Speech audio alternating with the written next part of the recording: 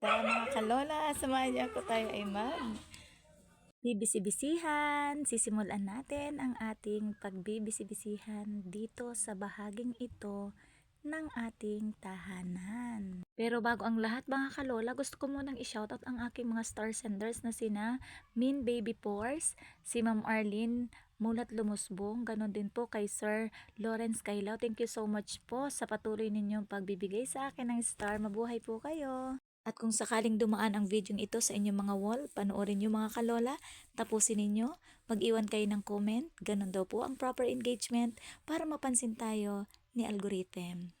Panigurado mga kalola, ang bakas ninyo ang magiging daan ko para kayo ay aking mabalikan. Hihintayin ko kayo sa aking notification. Oh my God! Muntik na tayo mga kalolang mahulugan ng palapa ng niyog. My goodness! Paano ba naman mga kalola sa baging ito? Meron kami diyang isang puno ng niyog. At yung punong yan ang aming pinagkukunan madalas ng aming ginagawang buko salad. Paano ba naman? Kasi mga kalola, napakabait niyang magbigay ng bunga. Napakarami niyang magbigay ng bunga. Kaya naman kapag may mga okasyon kami at nagkakataong may bunga siya, libre na ang aming budget para sa pambili ng buko. So dito na lang kami kumukuha. Ngayon dito naman tayo sa bahaging ito. Hindi kasi ako madalas makapaglinis mga kalola dahil nga may pasok. Nagagawa lang nating mag-imis-imis ay tuwing Sabado at Linggo at yung mga araw na tayo ay walang pasok o holiday.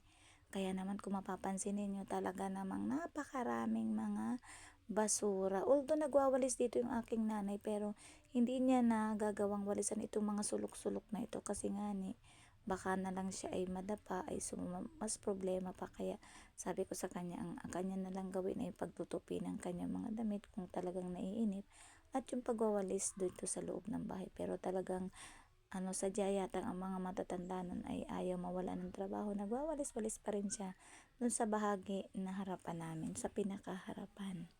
Kaya naman hindi talaga natin kinakalimutan na mag-imis-imis or magligpit-ligpit tayo tuwing Sabado at Linggo para hindi naman talaga magmukhang nakupo yung ating paligid ay miserable.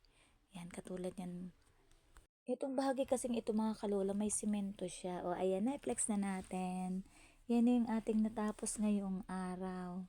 Medyo hindi pa natin nauubos itong mga damong tumubo dito. Mantakin mo ba namang init na kaya mamaya na natin siya ipagpapatuloy na hapon. So dito nga sa bahaging ito, meron pa din itong mga dahon-dahon kaya lang mainit na talaga ang sakit sa balat. Lalo tayong natututong kaya ito na lang isusunod nating gawain. Yan. So ito yun oh. O, di ba? Hindi na siya gaanong masukal. So ligtas na tayo sa ahas.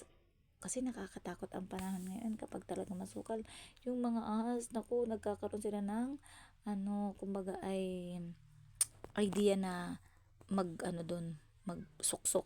Ito nga pala i-flex ko sa inyo ang aking pinagkakaabalahan o libangan kaya hindi tayo madalas naglalayas. Ito yung aking ikalawang inahin. Manganak na siya mga kalola. Yan, nilagyan na namin ng laying. At dito sa bangit, dito yung aming sisasi, ang aming mataray na aso. Ngayon naman ang ating gagawin ay pipigaan na natin yung una nating salang na labahin. Ito yung aking mga uniform at ilang uniform ng aking mga anak. So, ayan. Thank you for watching mga kalola. Hanggang sa susunod ng mga video ko, sana hindi kayo magsawang sumuporta. Thank you!